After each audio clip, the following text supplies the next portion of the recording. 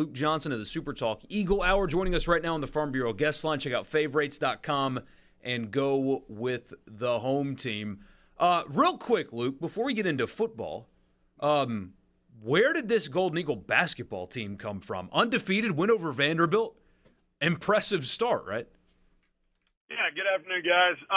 They're 7-0, so they've tied the amount of wins that they had last year, and it was just a complete roster turnover. They got some guys from Mercer, one guy that you'll hear about throughout the year, Felipe Hasse, 6'10", can shoot the three ball. He's basically scored in double digits every time he's played. DeAndre Pinckney's playing good down low, and Austin Crowley, the transfer from Ole Miss, he's been on fire. And so Southern Miss has not only bigs who can shoot from outside and play inside, they've got a natural true shooter in Austin Crowley.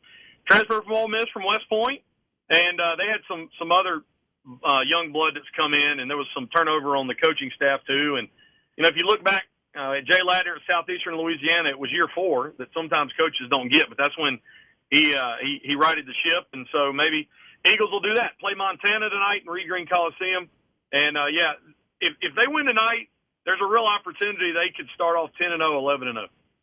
It's impressive. Wow. I mean, did people expect this?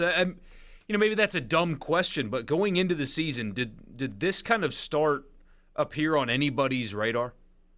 Well, I mean, Jay's been really frank, and he wouldn't mind me saying this at all. Like, after the season was over, there were some Southern Miss fans that were just like, there's no way you can bring this guy back. But Jeremy McClain and him sat down, and they did. Going into the Sun Belt, allows you a fresh, clean slate. And so, Jay Ladner has owned it. He's owned the previous 3 seasons. And really nobody saw this coming. A few of the assistant coaches, when they were on with us, they said this team can be really good. And I don't think really many people believed it just because you look at what they've done. But they're completely different. I'd love to see them play Auburn down in Cancun. They weren't on that side of the pairing. But, you look at some of these schedules, and, it's teams from other leagues. But a lot of the teams that they played, like the Purdue-Fort Wayne and a few of those other teams, they're picked to win their leagues. And then, you went on the road at Liberty. They've only lost 4 or 5 at home since 2018. So, yeah, I mean, Southern Miss has a few pieces that they can make some noise. They were kind of picked last in the Sun Belt. So 7-0 starts more than anybody imagined. Now turn the page to football. So it's been a little bit since we've talked to you last. That Georgia State game, quite some time ago, get blown out in that one, but you have a 3-point loss at Coastal. You have a 7-point loss to South Alabama, and then they finally turn around, get that 6th win, go bowling, beating Louisiana Monroe. What does that mean for the program itself first? I mean, the difference between 5-7 and 6-6, it's like it feels like the difference between winning 1 game or winning like 8. And so for Will Hall and his staff, you just kind of saw him after the game. It kind of reminded you of after they beat Tulane. Just some of the sigh of relief, the excitement. They get extra practices. He's got about 70 freshmen and sophomores, so they get the extra practice. Guys like Jason Brownlee, who will be at the Connerly, or is a Southern's representative for the Connerly. Those guys have an opportunity to go out and play in a bowl game. Transfers in like Tylen Knight. They want to do this for the seniors.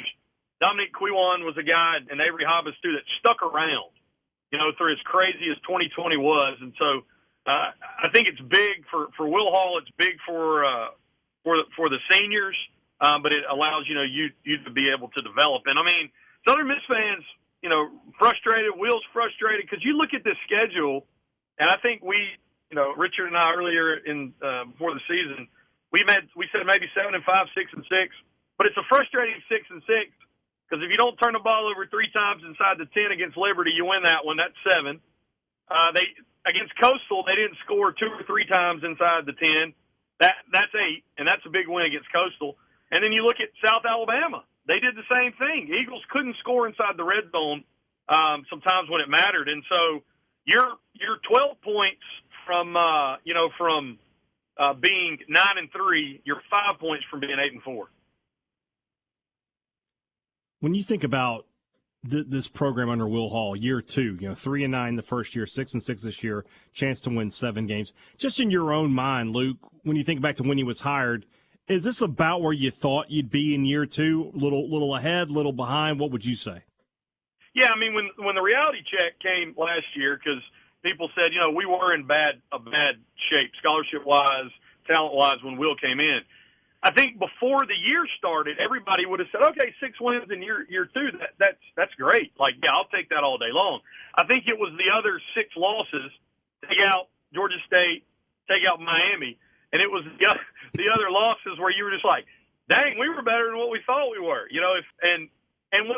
What's amazing is you have the ability to win 6 games, the opportunity to win 6 games, when you have had instability at the quarterback position for 2 years in a row. I think that shows, the skill guys that this team had, but the defense was elite in the Sun Belt. And then, from a quarterback perspective, that's been the real struggle for the Golden Eagles, is trying to find the right guy to take over. I was a huge fan of Ty Keys in high school. I really thought he would be able to come in and contribute. Injuries have kind of gotten in his way. Do you feel going forward that quarterback position is set, or should people be mindful of the transfer portal? A name like Luke Altmaier, would he be a fit down in Hattiesburg? Yeah, I mean, so the guys on the roster right now, Trey Lowe is technically a redshirt junior. He's working on his doctorate, by the way, at Southern Miss. But he participated. He and Avery Hobbs are both redshirt juniors. They participated in senior day. So you don't know. I think it was the way it was explained to us was just in case they didn't come back or decided to move on because Hobbs got married in the off season. They just wanted to participate. So he's got somebody telling him what to do, is what you're telling me. No, Trey Lowe has an opportunity to come back. We just don't know if. Yeah, that's exactly right. If that's going to happen or not. So if say he does come back, regardless of whether he comes back, I think Will Hall has got to get a quarterback in the portal. But you kind of want that decision, whether Lowe's coming back or not, to be made somewhat, because that's going to affect whether people come in or not. And the portal's also going to affect, probably whether or not you keep both Wilkie and Keys. And that's kind of the conundrum you're in. You're looking around and you're saying, we're going to lose somebody if we bring somebody else in. But, I mean, yeah, shoot, Luke Altmaier and this offense and what Will Hall wants to do, a guy like that. And I think watching other quarterbacks in the Sun Belt, especially like with what Kane Womack did at South Al, Southern Miss didn't have to go get a Power 5 guy, to be able to compete. There's plenty of accurate passers out there. But if you can land a dude like Luke Altmaier, absolutely. About a minute left with you, Luke. Bowl destinations. Do you have any idea where Southern Miss will be playing their 13th game?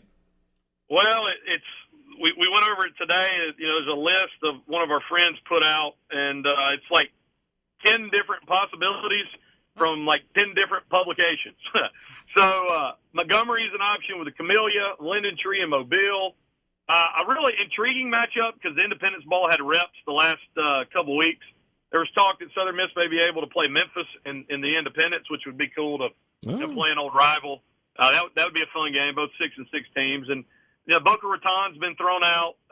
So I would probably say because of how Southern Miss can travel, they know that those fans will go. So I would say maybe Mobile, Linden Tree, or the Independence, based off what happens in Army-Navy. So either one of those Southern Miss fans would go to in a heartbeat. Boca is nicer, for sure, but the first 3 you mentioned, like, actually drivable and doable for the majority of fans.